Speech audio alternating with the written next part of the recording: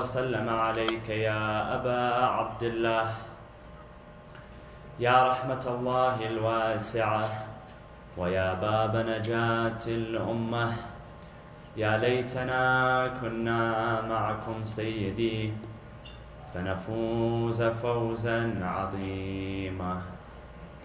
أعوذ بالله من الشيطان الرجيم. بسم الله الرحمن الرحيم. قل هذه سبيلي أدعو إلى الله على بصيرة أنا ومن اتبعني وسبحان الله وما أنا من المشركين. صدق الله العلي العظيم. وصلوا على محمد وآل محمد.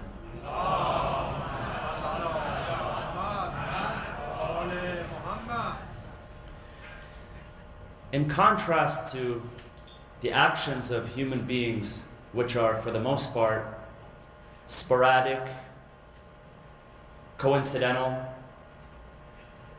hasty, the acts of Allah subhanahu wa ta'ala, His actions are calculated and guided with the most perfect precision. When you look at the natural world, God says in the Quran in one instance, Bismillah ar-Rahman ar-Rahim, وَالْقَمَرَ قَدَّرْنَاهُ مَنَازِلَ حَتَّى عَادَ كَالْعُرْجُونِ الْقَدِيمِ. He speaks about the path of the moon that we see, the path that it takes. He says this path, قَدَّرْنَاهُ مَنَازِلِ, it has stations, or it has a certain path which it follows. It doesn't walk out of place. It doesn't fall out of what we have destined for it. In another instance, speaking of the detail of the natural world, he says, وَلَا حَبَّةٍ فِي ظُلُمَاتِ الْأَرْضِ وَلَا رَطْبٍ وَلَا يَابِسٍ إِلَّا فِي كِتَابٍ مُبِينٍ. He says that there is nothing in this universe, not a grain of sand, not a grain of food, not anything inside the depths of the oceans or on land that is not preserved fi kitabin mubin. There's a book in which all of this detail is preserved. In the instance of planning and calculating, Allah says, وَيَمْكُرُونَ وَيَمْكُرُ اللَّهُ وَاللَّهُ خَيْرُ الْمَاكِرِينَ. That they plan, the human beings, and the human being is sporadic. He is hasty. وَكَانَ الْإِنسَانُ عَجُولًا. Allah says that human beings are very hasty in their actions. They don't calculate. They calculate and God calculates. They plan and God plans, but God is the greatest of planners. This is in terms of the natural world.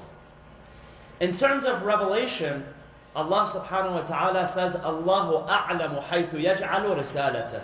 That God is most knowing of where He places His message, meaning who carries the message of God on earth. And this verse came in a reply to those who questioned God's revelation of the Holy Book and the sending down of the Prophet Muhammad sallallahu alaihi wasallam.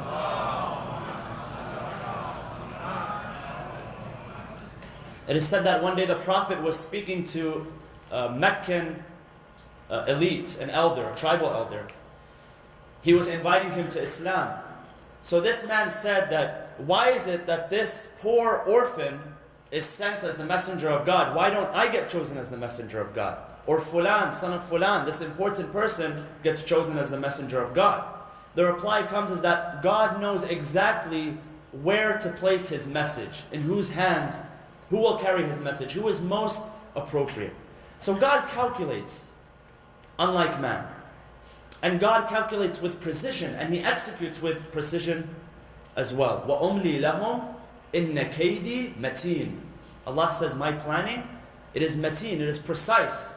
He strikes with execution. And Allah also gives the greatest of examples. He presents the greatest of examples.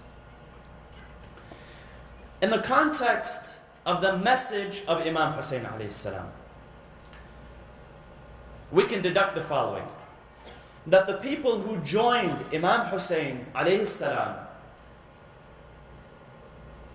on this mission were people who were chosen, handpicked by Allah subhanahu wa ta'ala. It wasn't sporadic.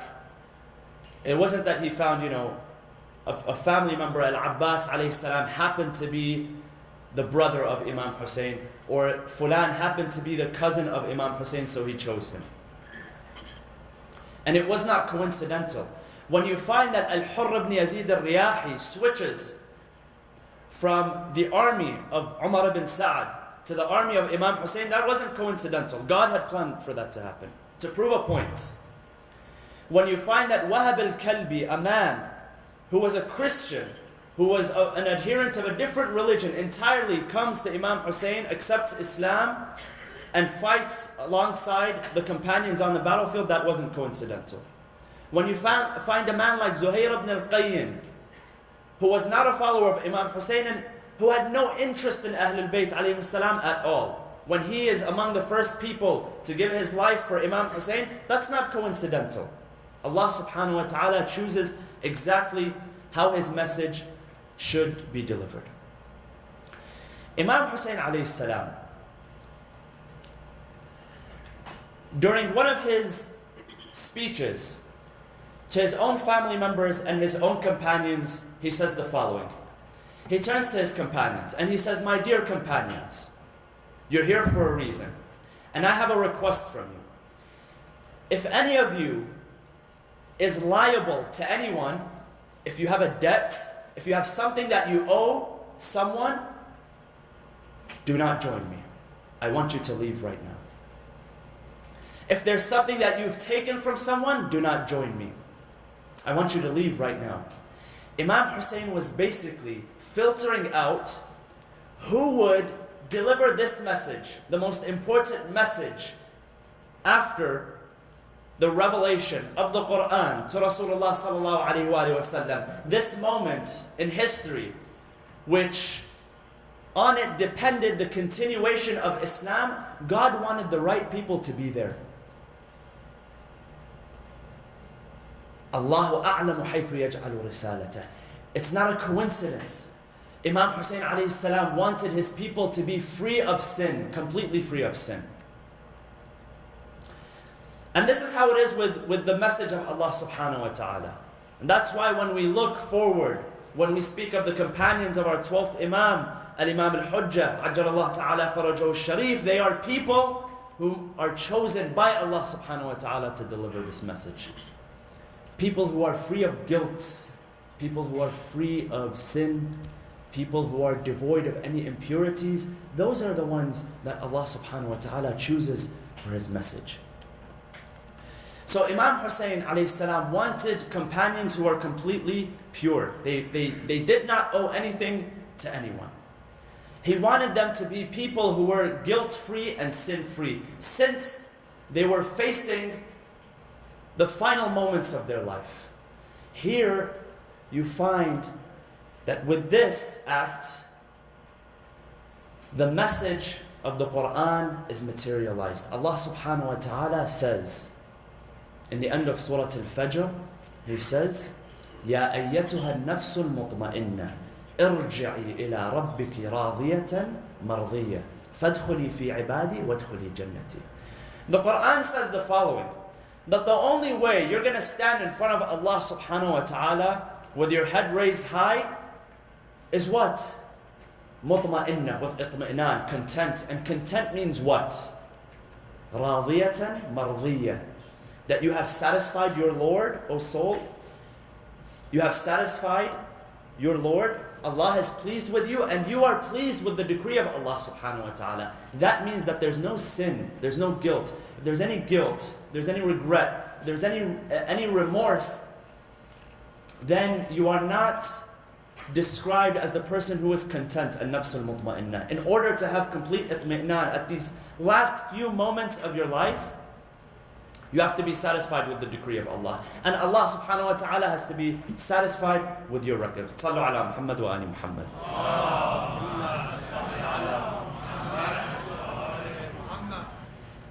So according to the Quran, the way to be content with the decree of Allah subhanahu wa ta'ala is to be sin-free and guilt-free. Now, I was listening to a talk recently, and it was really interesting. Now we know that everyone seeks to be content and satisfied. By the time that you're on your deathbed, or whether death comes to you, without warning, you want to be satisfied. You want to be content in one way or another. And if you read the history of the tyrants, the good people, the bad people, the religious people, the non-religious people, all of them sought one thing in the narrative. All of them sought one thing at the last moments of their life, and that is what? Forgiveness. People want forgiveness. They want to be absolved from guilt. They want to be absolved from sin. It doesn't matter what your background is. I was listening to a talk recently given by an emergency responder. When an accident happens, the first people who are called to the scene, emergency responders, they come, and if there are victims, they assess the situation before sending the person to the hospital if they can. They see what they can do in order to save that person's life. This man was saying the following. He says that as an emergency responder, I am trained to deal with what he calls a symptom referred to as imminent doom. It's when people are at the last moments of their life, they know they're about to pass away, they begin to act differently. So he says, I'm trained to deal with that. He says, no matter how much you are trained to deal with that, it's something different when you're up close and personal with a person who is in the last few moments of their life. He says, the way they act, he says, I can't describe it. He says, I had a moral dilemma in the beginning of my career. I would come to people, and after assessing their situation, I knew that there was nothing I could do for them. They were in God forbid, a horrific car accident or some kind of accident, and I knew that I couldn't do anything for them. And whenever I would reach them, the first thing that they would ask me is what? Because I'm the person who they think their life rests in my hands. What do they say? They say, am I going to die? Be honest with me. He says it was such a dilemma for me that in the beginning I would lie every single time. He says, because I don't want them at the last few moments of their life to be overwhelmed with horror and terror and fear, I would lie to them. He says, I was afraid of providing them with the right answer. He said that did nothing to help the situation. He said one time, I decided that let me change things. Let me tell the truth and let me be honest. He says, I came across a young man who had just gotten into a motorcycle accident and he was in very critical condition. He says, after assessing the situation, I realized that there's nothing I can do for him. So he turned to me. He said, answer me honestly, am I going to die? He said, at this point, I decided I'm going to tell the truth. I told him, yes, you're going to die. He said his reaction shocked me completely. He said, I thought that this person was going to be sporadic. He was going to start yelling. He was going to be filled with fear and terror and horror. He said he did the exact opposite. He said he accepted the fact that he was passing away. He laid his head back and he accepted it. Subhanallah. It's as if the Quran is telling us that almost every soul will reach this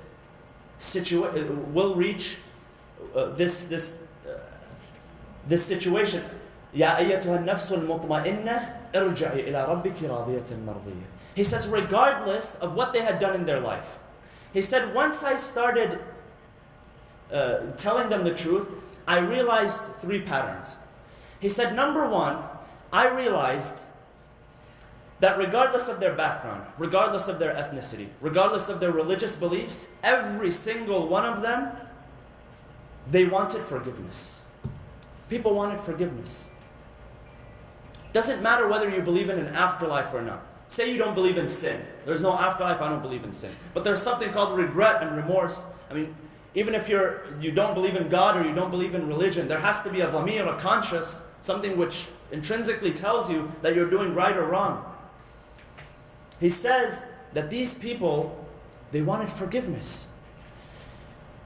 And look at what the history tells us of good people and bad people, especially when it comes to bad people, because that's when they remember to ask for forgiveness. People like Fir'aun, who saw himself as a god. Was there anyone more, anyone who had more audacity than Fir'aun?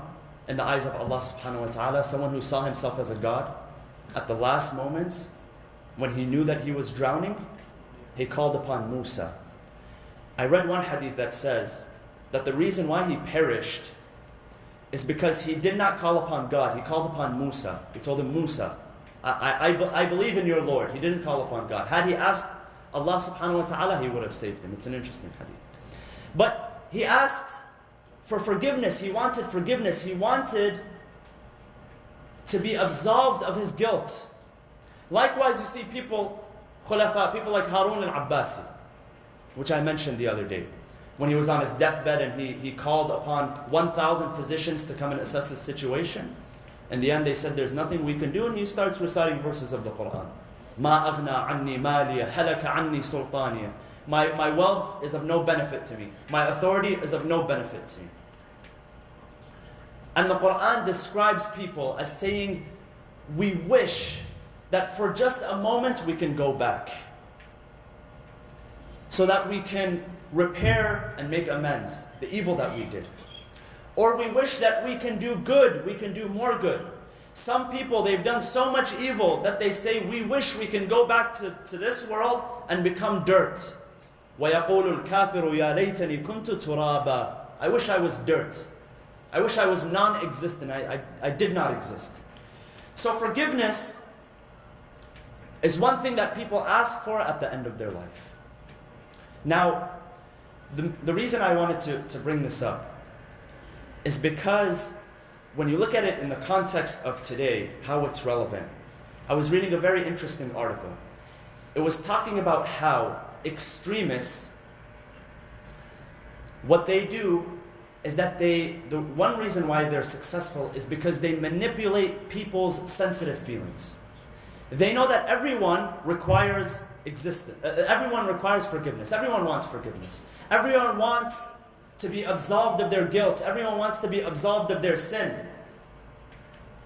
Everyone wants salvation. So what do they tell them? They tell them that this cause that you are about to join is so great that it will earn you salvation. And the way they present it, and this theory is called salvational amorality, not morality, amorality, because in reality, it's not moral at all. It's salvational amorality. It's when a person believes that his cause, his personal cause, and this is very selfish, is so great that collateral damage, whatever. People get killed, whatever. There's no ethics, there's no morality, there's no respecting people's boundaries. And with this mentality, they begin to perpetrate the greatest of atrocities. Every day in the news, we're hearing that not one or two people are killed. An entire tribe is killed. A tribe of 70 people, or 100 people, or 150 people. They round up the men, the young men, the people who pose a threat to them, and they kill them. Why? Because we're expanding our domain, and we need people to cooperate with us. If these people aren't going to cooperate with us, well, guess what? We're going to weigh that against our salvation and the salvation of this nation. And the salvation is so great that we can afford collateral damage. And they reduce themselves to animals. And this isn't only the terrorists. This is any person who is extreme, an extremist. Even here in the United States, it happens with our foreign policy. That we have targets which are so high value that we're willing to flatten an entire city, flatten an entire building with our drone strikes just to get rid of one person. There's no morality in that involved. Whether it be this salvational amorality, whether it be establishing God's order on earth, whether it be establishing the khilafah, whether it be protecting your flag, whether it be protecting your country, that should not reduce us to animals. Where is our humanity? The reason why they're successful is that they're able to paint it in that picture. You know, they say the following thing, they're very active on social media. One time I saw something, it said that, you know, it had a picture of a jihadist and he was walking in a path of light, supposedly, and it said the following. It said that sometimes people with the worst pasts make the greatest futures. Now, in some cases, in some cases that's true. I mean, you look at the companions of Imam Hussein, look at Zuhair ibn al-Qayyim. he wasn't a deviant person, he wasn't an evil person, but he wasn't on the path of truth. He wasn't on the path of Ahlul Bayt. He disregarded the Ahlul Bayt as people who were unimportant. Wahab al-Kalbi, for instance. His beliefs were different than the beliefs of Islam. Al-Hurr ibn Yazid al-Riyahi. In some cases, it's true, but the way they're able to manipulate it, and then they reduce their victims, they dehumanize their victims, and that's what makes it legitimate for them. Sallu ala Muhammad wa ali Muhammad. In reality, these people have completely misunderstood and completely manipulated and twisted two important concepts in the Quran. One is the concept of jihad, and the other is the concept of shahada. Jihad is to exert yourself. And we all know the difference between the greater jihad and the lesser jihad. The greater jihad is to fight against yourself, and the lesser jihad is the battle which is waged. Look at the history of Islam.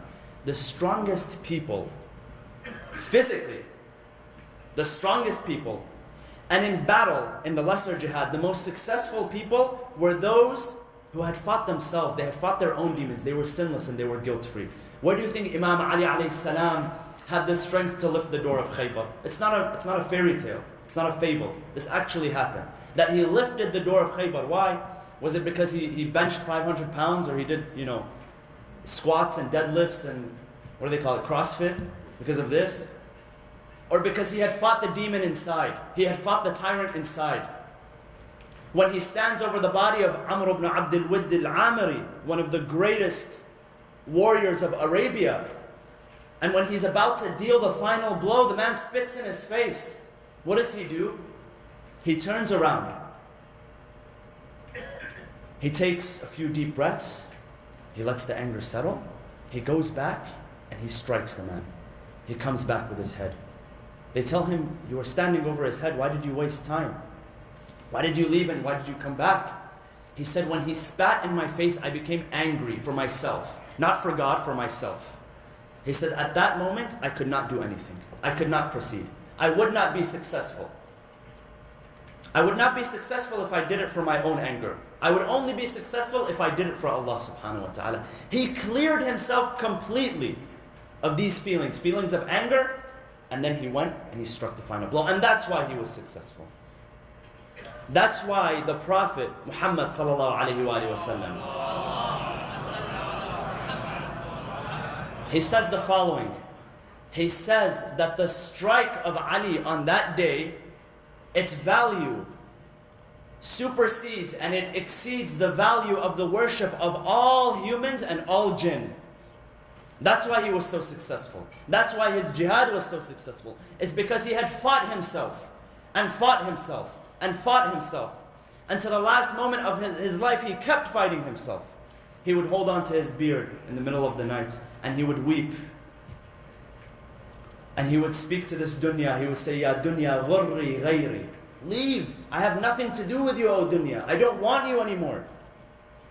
And this is why he was so successful. Here, they've completely twisted the concept of jihad. They've misunderstood the concept of jihad. They are full of sin, and they are full of debauchery, and they are full of evil, and they think just because they can strike a sword or shoot a bullet, that's it. They've earned absolution, and they've earned salvation.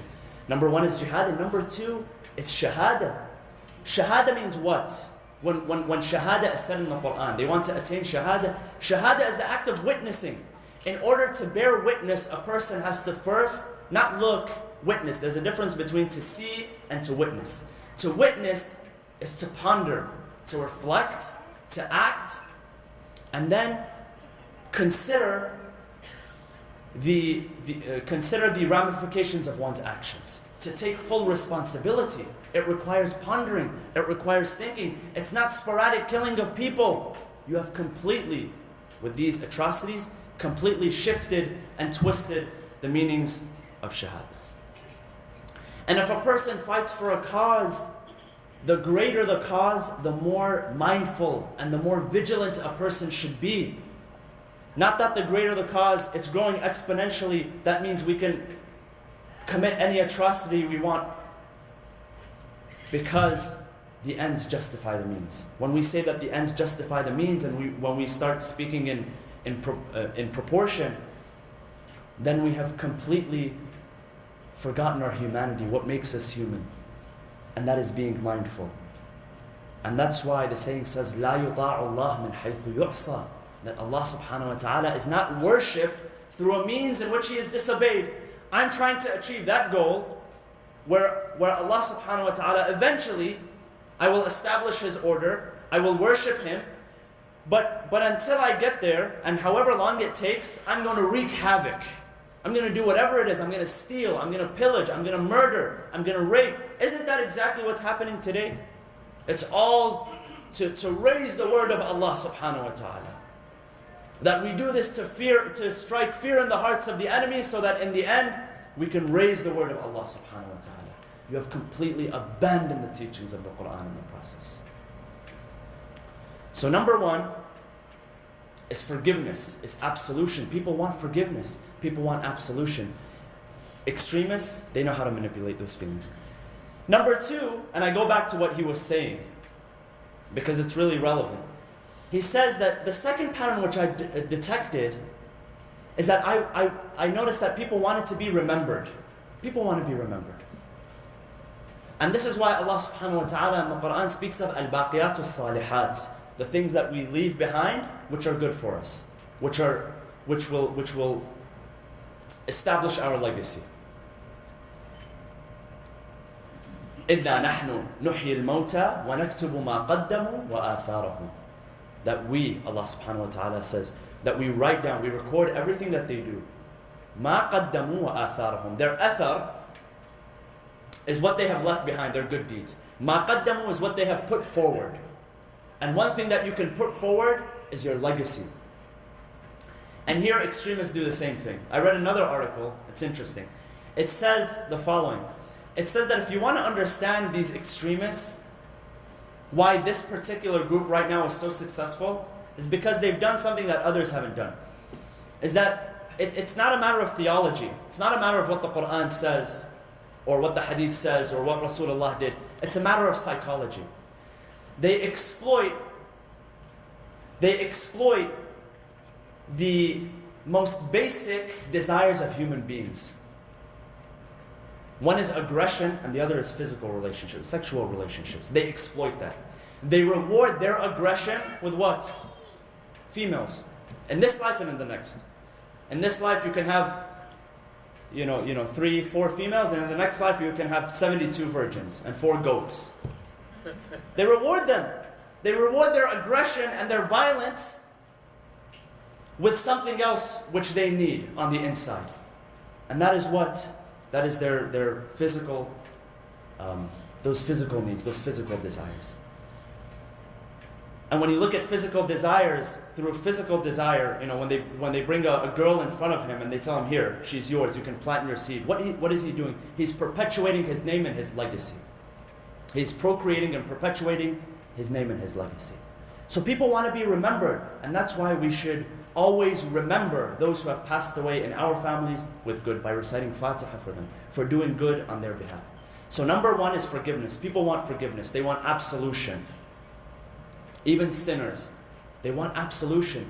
They want to fix what was done in the past at those moments of their life. And what better way? Through shahada, their twisted concept of shahada, of course. And number three is meaning. A lot of people have a loss of personal significance. And in order to rectify that, in order to fix that, people begin to engage in the weirdest of behaviors. When a child within a family, a boy or a girl, does not feel significance, when their opinion doesn't matter, what do they do when they're older? They begin to display the weirdest types of behavior. Sometimes they'll begin to exert their control over people because they had no control when they were younger. They had no significance. It's called a loss of significance, and it can happen. There are many causes. One cause is a dire economic situation. People feel less significant. One cause is ethnic discrimination, and that's what the extremists are doing today.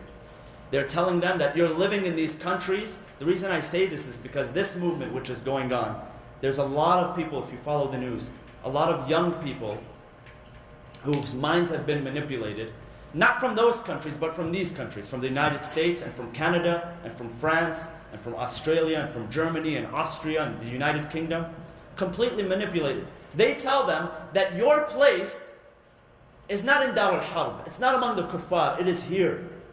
There you will be continued to be discriminated against.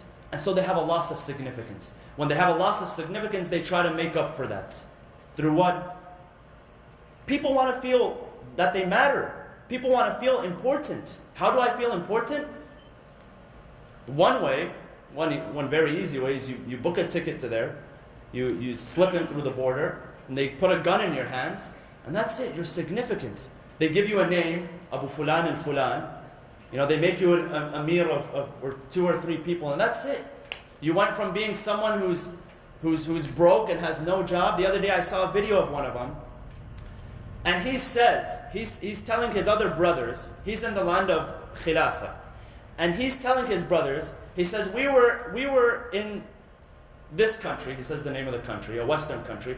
He says, we were on the side of the street, and we were calling on girls, and we were slinging dope, we were selling, we were selling drugs, and everything evil that you can think of, he's saying, this is what we're doing, and now we are making the word of Allah the highest. There's no significance. How do you feel important? Put a gun in his hand. Put another gun in his hand. Give him a rocket launcher. There's plenty of weapons to go around. People want to feel significant. It's funny, they say that before, when people didn't have bathrooms in their houses, they used to go to bath houses. And when they would go to the bathhouse, when they would enter, there's a person in control, a manager, someone sitting there.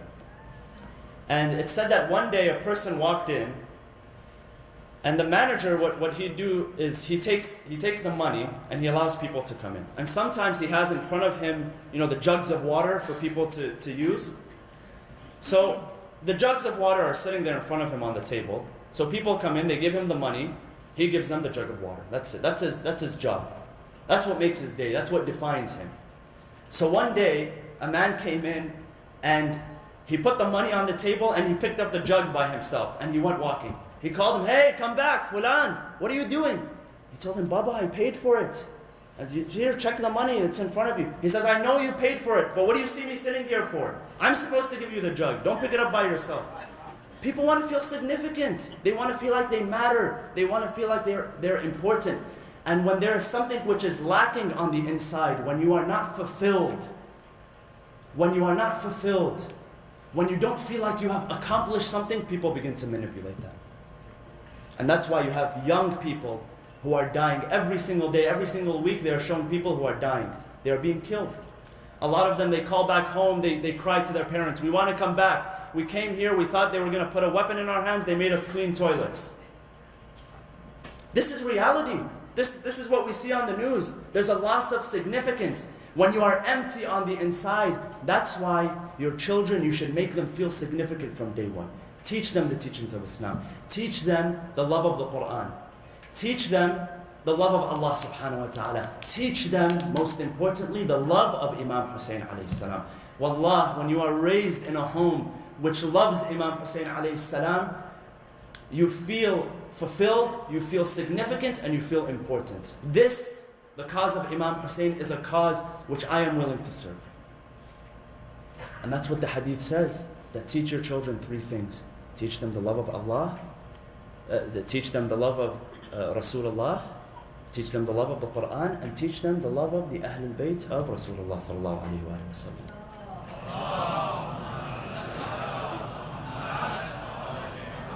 When you are fulfilled with the teachings of Islam, when you are properly fulfilled, you do not feel a loss of significance. No one has served the path of Imam Hussein alayhi salam without feeling significant. In and of itself, it is a very important cause. It is a very fulfilling cause. And that's why you find the companions of Imam Hussein alayhi salam, and I come back to this, his family members, there were people who weren't picked out of coincidence.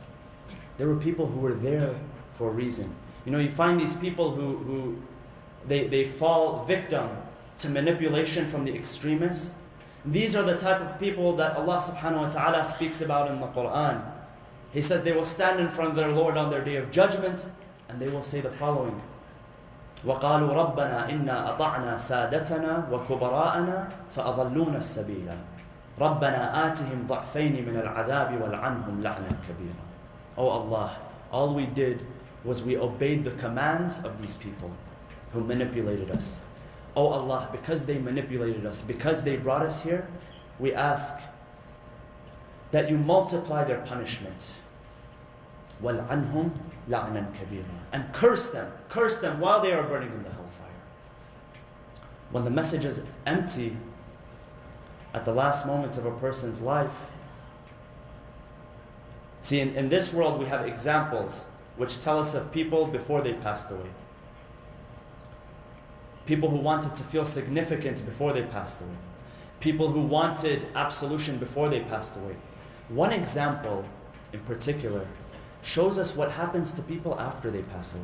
Rasulullah sallallahu alayhi wa sallam, after the battle of Badr, he went and he walked along the corpses of the non-believers. You know, the non-believers, they left their dead unburied. They didn't even want to bury their dead. They left and they went back to Medina. They went back to Mecca, I'm sorry. So the Prophet was walking alongside the corpses of the non-believers. He said, Ya Fulan ibn Fulan. He was calling them by their names. He said, Ya Fulan ibn Fulan, wa Ya Fulan ibn Fulan. Where are you now? Did you find the promise of your Lord, the Lord that you were following, that you were fighting for, not Allah, the Lord that you were fighting for? Did you find that promise to be true? I have found the promise of my Lord to be true. One of the companions, he turns to him, says, Ya Rasulullah, these people have been dead for the past 3 days. Why are you speaking to them? He says that you cannot hear me better than they can hear me. They can hear me. And I can hear them respond as well. That once they had, that finally realized that they were fighting for a false idol, and they were willing to commit atrocities for these false idols, for their own cause, for their own defense, for their nationalism, whatever it was, they found that this was completely empty. And they were willing to commit the most heinous of crimes. One hadith narrates that Hind, this perverted, disgusting woman, do you know what she suggested to the troops? She said, let us exhume the grave of the Prophet's mother.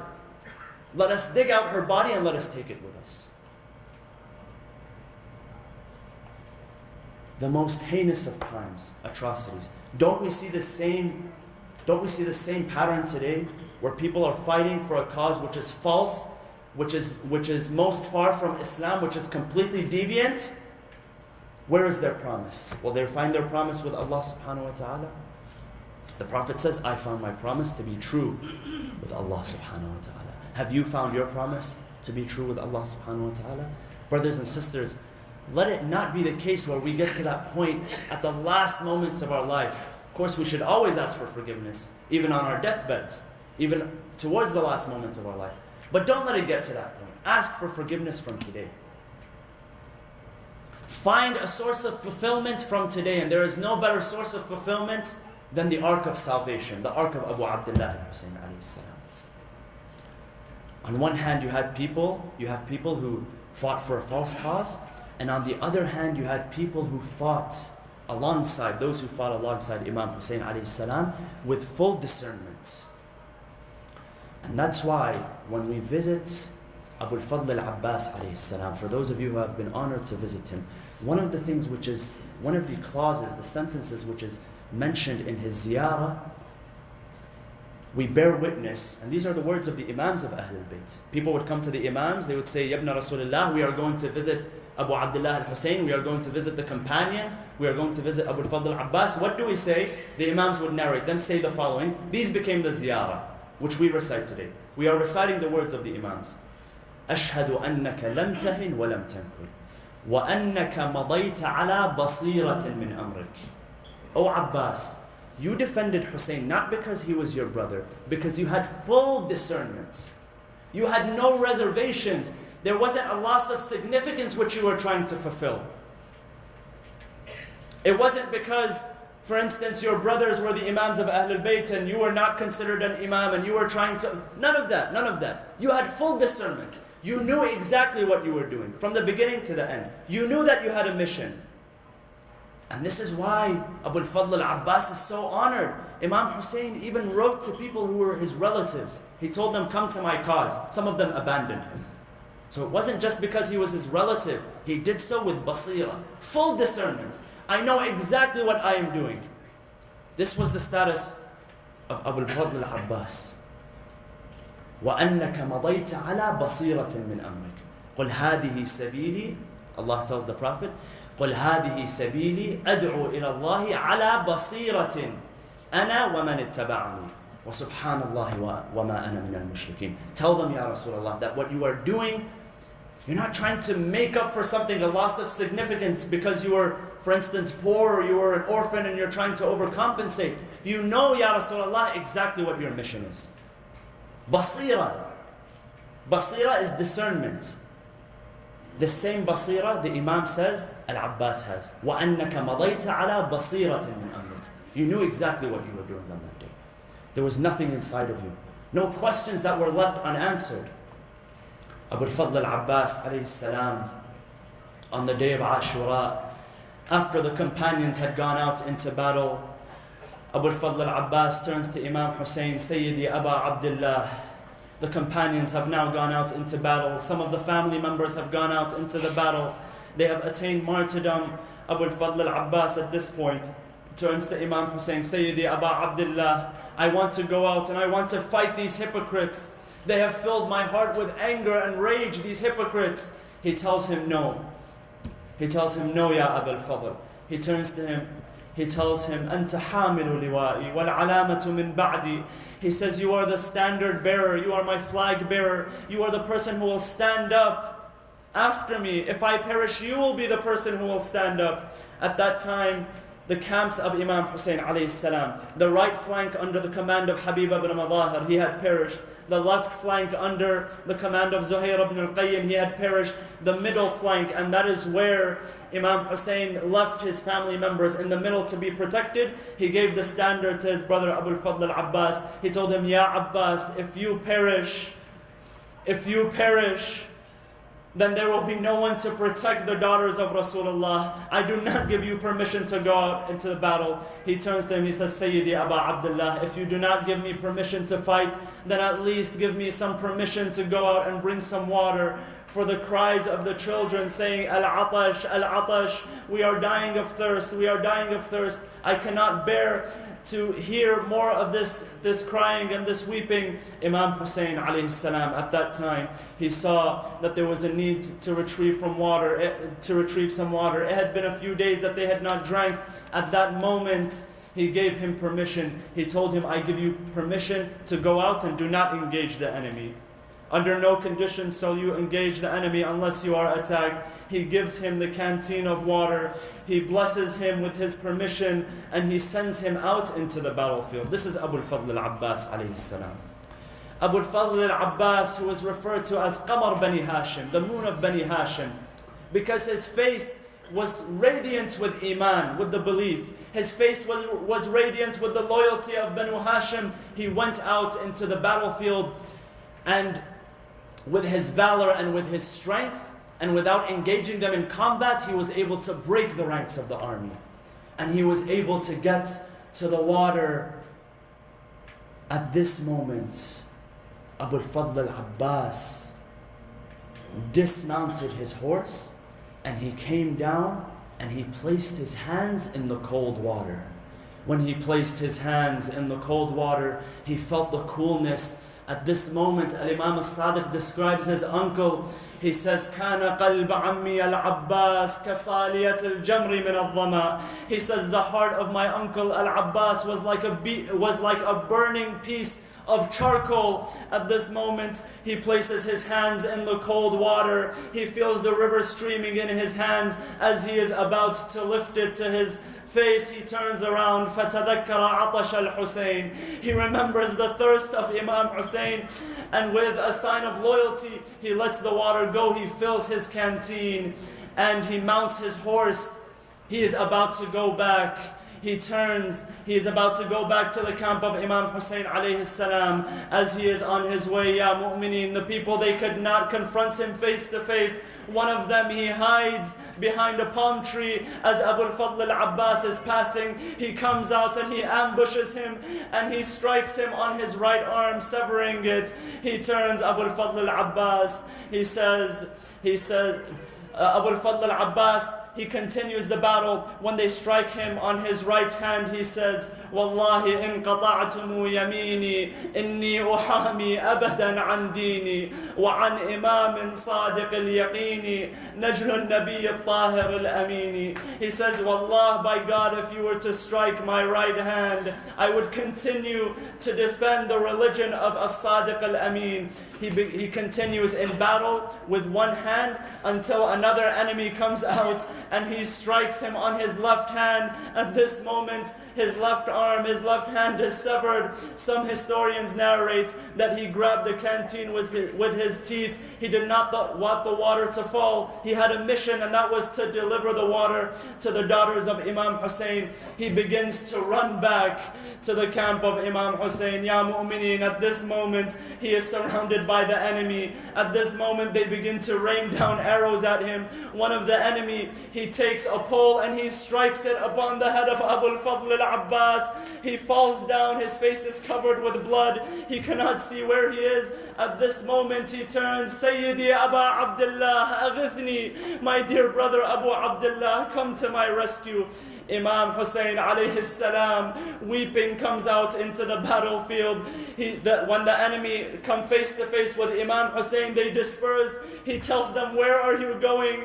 إلى أين تذهبون وقد قتلتم أخي إلى أين تذهبون وقد كسرتم ظهري. Where have you gone now that you have broken my back? Where have you gone now that you have taken my support? At this moment, Abu al-Fadl al-Abbas, he hears the sounds of footsteps running next to them. He believes it is an enemy. He tells him, please, whoever you are, please stop just for a few moments. I am waiting for my brother, Imam Hussein. At that moment, Imam Hussein, he tells him, my dear brother, it is me, the one who you have called out. He embraces him. He puts his head in his lap. Every time he placed his head in the lap of Imam Hussein, Abu al-Fadl al-Abbas removed his head, he placed it on the floor. Imam Hussein continued to take the head of his brother and place it in his lap, and his brother continued to remove his head. He told him, my dear Abu al-Fadl, I am here to rescue you. I am here, your brother, you have called out for me. I am here to embrace you. He tells him, Sayyidi Aba Abdullah. This was at the last moments of his life.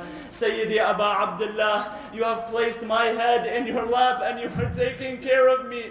In a few moments, when you are under the heat of Karbala, when you have been slaughtered by the enemy, who is there to take care of you? Imam Hussein alayhi salam, he turns, he says, Akhi, al-an qad inkasara dhahri wa qallat hilati wa shamuta bi aduwi. My brother, it is now that my back is broken. It is now that I have lost my support. It is now that my enemy is rejoicing at my loss. Inna lillah wa inna ilayhi raji'un.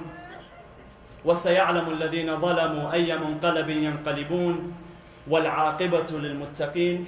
Brothers and sisters, please raise your hands and let us recite a dua with our broken hearts, with our hearts turned towards Allah subhanahu wa ta'ala in honor of Imam Hussein, in honor of his brother Abu al-Fadl al-Abbas.